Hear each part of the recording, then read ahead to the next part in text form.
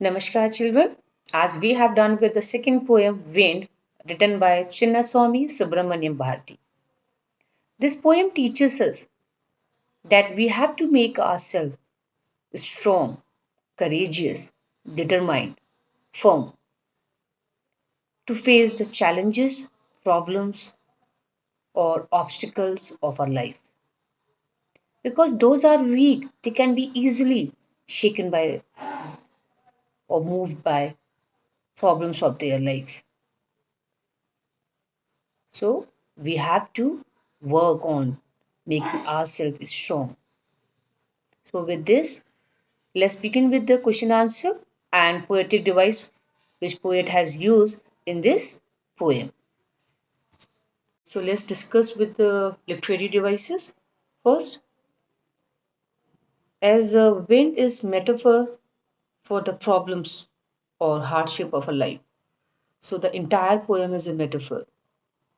And at the end, it is also giving a lesson of humanity and telling us how to stand strong against all the ravages, either natural or man made. Second poetic device, personification. Poet has personified wind as a god, wind as a friend, and wind as a human being. When poet has used the word you for the wind and he also. It means poet has used personification. When whenever we are using this kind of word like he, she, you, which we are using for human being, for any non-living thing, it means there poet has used personification. And as I told you, wind has been personified as a god, as a friend, and as a human being also. And there is another poetic device which poet has used, that is anaphora. It means repetition of same word in a successive way. Repetition of same word in a successive way. Examples are like crumbling. You have noticed now crumbling doors, crumbling lives, crumbling hearts, crumbling wood. So repetition of crumbling. So it means in this line poet has used anaphora. And there are another places where poet has used this poetic device as don't break shutters of window, don't spread the pages, don't scatter the papers, and don't throw books. So repetition of don't in a successive way. Here also poet has used anaphora. And let's join the door firmly. So let's build strong homes. So repetition of let's. Here also poet has used anaphora.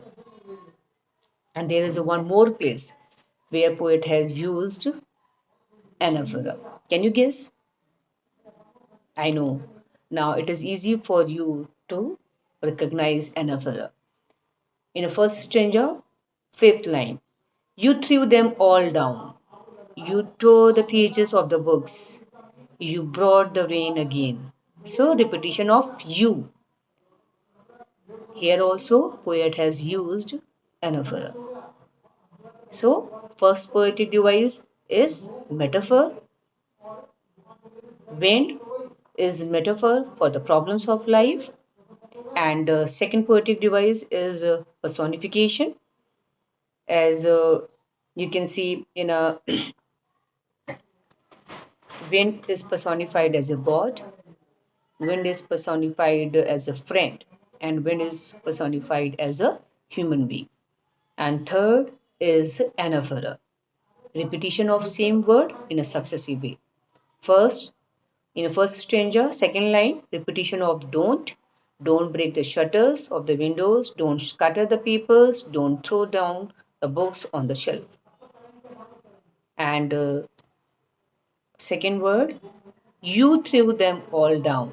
You tore the pages, you brought the rain again. Repetition of you. Here also, poet has used anaphora. And in a third stanza, crumbling houses, crumbling doors, crumbling rafters, crumbling wood, crumbling bodies, crumbling lives, crumbling hearts. Repetition of crumbling. Here also, poet has used anaphora. And in a fourth stanza, poet has said to us, let's build strong homes. Let's join the doors firmly. So repetition of let's, it means here also poet has used anaphora. I hope now it is clear to you that how many poetic devices has been used in this poem and where and how.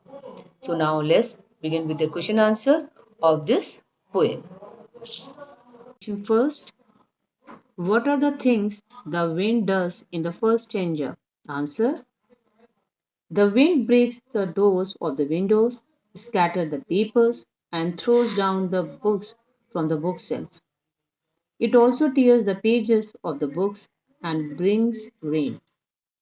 Question number two: have you seen anybody winnow a grain at home or in the paddy field?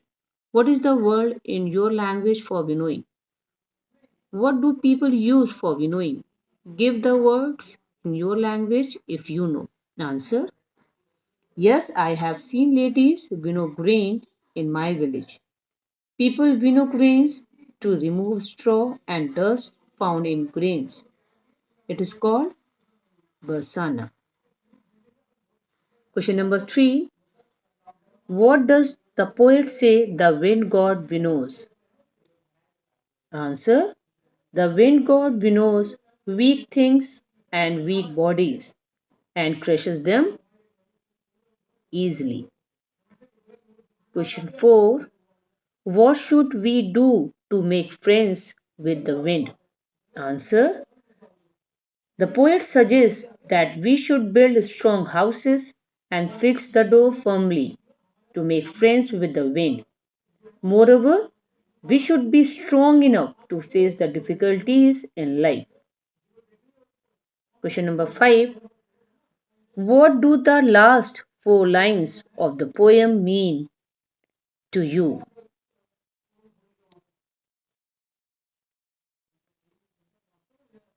Answer: the last four lines convey the message that those who are not determined and lack confidence face defeat, and those who are strong and who set their targets and make sincere efforts are not disturbed by any obstacle or problems of life.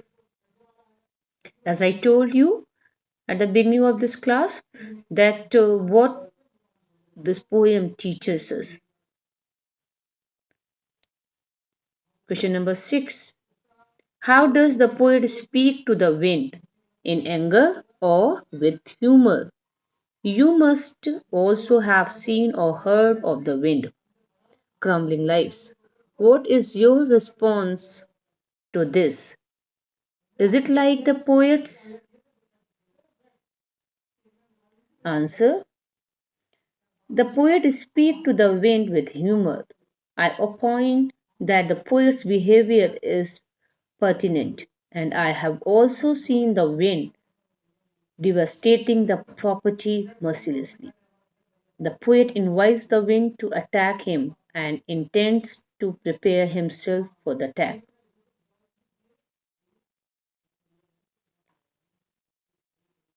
So that's it with the question answer. Now you mark the question which you are supposed to do. First, and fourth, what should we do to make friends with the wind? And fifth, from this poem, you are supposed to do question number one, fourth, and fifth. And I will send you a worksheet of this poem to do. Thank you.